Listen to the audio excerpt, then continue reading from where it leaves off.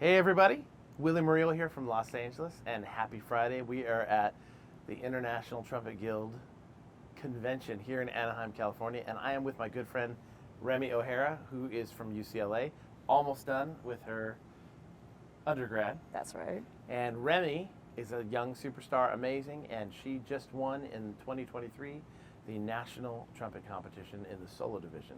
So we're just going to have some fun today, hanging out, because she is now part of the Schagerl family. So we're going to do a little brass talk conversation, and I'm going to give her half of these, and I'm going to take half of these, and we're going to do some brass talk. So first question says, what is the quirkiest gift you've ever received from a fan? At this conference, I received somebody's name badge to get into a concert because I didn't have mine. I love it. What about you? One time on a tour, I was in Japan, and this gal, her boyfriend makes these stickers, and they're like caricature stickers, and she's got this huge afro. So I used to see these stickers all over the place. The next time I went to Japan, she came to the concert, and she had stickers of me. And they were funny. Had like my hairline and kind of funny. That's all right, funny. you read yours. Okay. How do you deal with criticism, whether constructive or not? Ooh, I think that's a two-parter. How do you deal with constructive criticism? And if it's not constructive, so I'll start with constructive criticism. I take it. I love it. I think any criticism is good as long as it's from the right place. And the freedom that you have is that you don't have to accept it. You can choose it, you can like it, you can dislike it, but I like to sit with stuff and let it marinate. If it's negative criticism, I don't worry about it. As my good friend Taylor Swift says, the haters are going to hate. That's how I do it. What about you?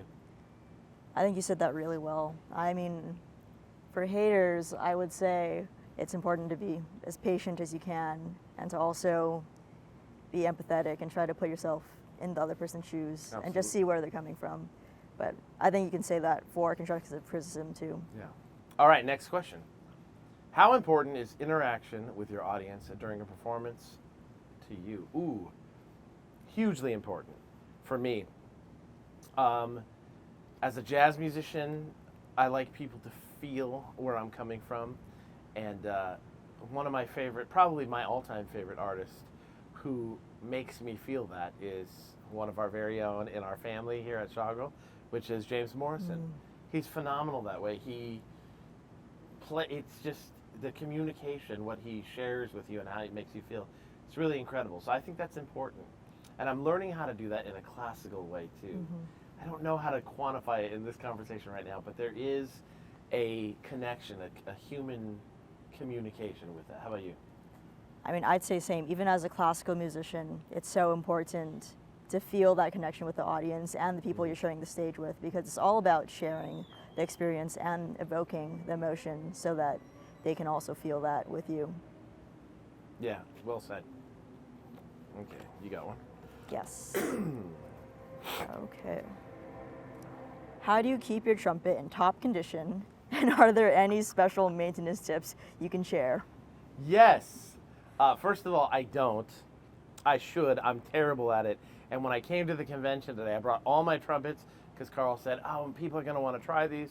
So I tried it, and some of the slides were stuck. And I know it's terrible, but I don't worry about it too much. My stuff is in pretty great condition because it's a Schagerl instrument. They're always going to be running great. The answer is that I should. So if you are a younger player, this is like one of those do as I say, not as I do kind of moments. But keep your horns in great shape because it will keep you burning when you play. How about you? I'm a little OCD about my You trumpets. are? Yeah, I keep everything oiled really well usually. I know. And I can't stand tarnish, so I try to keep it clean. Okay, then you can move into my studio and help me with my stuff. Except for the trumpet today, the C rotary, when they told me I need to bring it in, I pulled it out of the case and was like, I need to oil the rotors, wipe off some tarnish. Yep. Great answer. All right, next one. How has your playing changed over the years? Ooh, this is a good one. And are there specific experiences that have influenced these changes? Yes. I talk about this in my master classes. One time, about 15 years ago, Wayne called me, and he was trying to get out of a concert with the San Diego Jazz Orchestra. And he said it's a Doc Severinsen concert. And so it was like 2 weeks left till the concert. So he handed me all the music, and I started listening to it. Now, I don't know if you've ever listened to Doc Severinsen, but I was a huge Doc Severinsen fan. But for some reason, he's one of those guys that I just never chose to play like. I chose to play like all these different people. Man, when I started working on this concert, Doc, his sound, his authority, completely, there's like Willie before that concert and Willie after that concert. Not to say that I didn't have different influences before, but man, that was a huge one. The other one was when I met James Morrison and heard his calm demeanor and the way he plays. That really changed my outlook, where you can have fire and energy and vocabulary and not have it be chaotic. So those are two big moments in small time periods where I just completely I took a left turn. How about you? I think just moving to LA exposed me to so many great mentors, you included. And when I met you, I remember you were one of the first people that I truly felt that could do everything, classical, jazz, and you did both really well. So I think meeting people like you inspires me a lot to be able to be so versatile as an artist, but then also put the artistry first, Beautiful. Thank you. What does your typical practice routine look like? Ooh. You go first. I'm a big fundamentals person, so I try to do my buzzing basics from Jim Thompson. And recently I've been trying to incorporate more piano into that. But aside from that, just work on whatever reps on my stand for solo, orchestra, and just keep it cycling. And then also incorporating jazz into everywhere, even the warm-up. Like you said, keeping everything on my toes. Yeah. For me, I'm a huge fundamentals guy, but I firmly believe in sort of the Olympic athlete way of thinking, which is same stuff every day, differently. Same stuff every day, because we sort of have the Olympic athlete type thing as trumpet players. Like, we have to be able to do all these different things. So, if you're an Olympic athlete, every day you're doing push-ups and sit-ups and all kinds of stuff, but it's going to be different every day. So for us, that translates to slurs and tonguing and all the kind of stuff. But I will do crazy slurs and crazy different tonguings and multiple harmonic scales and different kinds of things. So I am big on, like my hero, John Lewis. I do like an hour buzzing routine. Just get that sound vibrating. I like to do lots of bends. And then I'm all about all of the normal stuff in 1,000 different ways. So yeah, I like routine and then adventure. Yeah, that's me. All right. Next one, let's see. How did you start playing the trumpet, and what inspired you to become a trumpeter? Ooh, go. I started really young because my dad was a trumpet player, not professional, but still admired him a lot. So I picked up his old high school trumpet when I was maybe like 8 or 9, and since then took lessons and it just progressed from there and fell in love with it.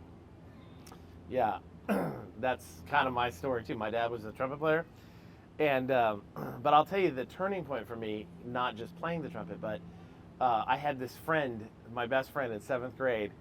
I was a good kid. I never ditched school or anything, and one day he said, "Hey man, let's ditch school tomorrow and ride skateboards all day." So he never showed up. I stayed home from school, and we didn't have TV or anything. So now I'm at home with nothing to do except for a trumpet. So I pull out my trumpet, and I start playing it, and I'm messing around with it, and I squeak out like a high note. And I was like, put it down. I walk around the house doing some stuff, come back to it, I kind of squeak it out again. And then the rest is history. I just started figuring out that I had some natural abilities. And I think that that's a great thing for future generations. We make things so easy for the young students these days. iPads and devices and phones and computers and TVs. And a lot of times we just need to do like the Scandinavian countries do, free play. Here's an instrument, here's a rope, here's a boat, here's a skateboard, here's a bike, climb that tree. And that's kind of what I did as a trumpet player. And I never really took lessons in high school, maybe a couple, and then I just started in college. But I would just practice hours and hours and hours a day, and I would have never gotten there had I not been just hanging out doing nothing. So it's a good lesson. Hanging out doing nothing is a good thing. All right, let's see. Last one. Let me pick a good one here.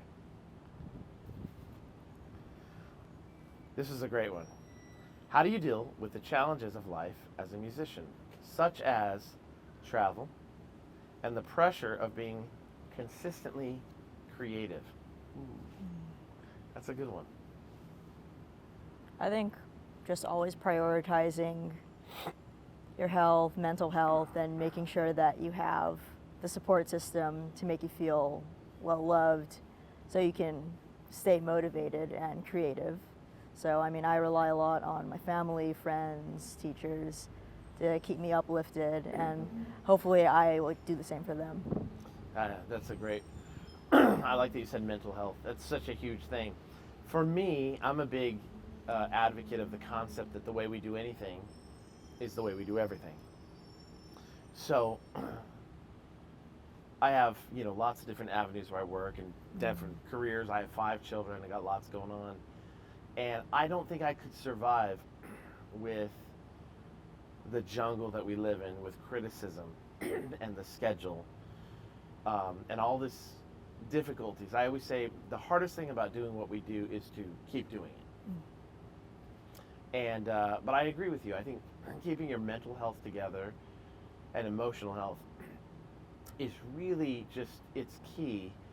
I think just doing everything well, Yeah. I mean, even like logistics, and maybe somebody that's watching this will learn from this, and it's easy to underestimate like having clean clothes and laundry and having your car clean and gas in your car and all that kind of stuff. But man, that is so important, just keeping your day-to-day together. And then for me, I think what else is important is keeping the future important.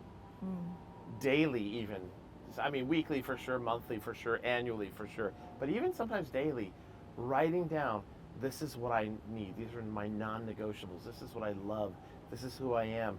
These are things I have to do in the next 25, 30 years of my career.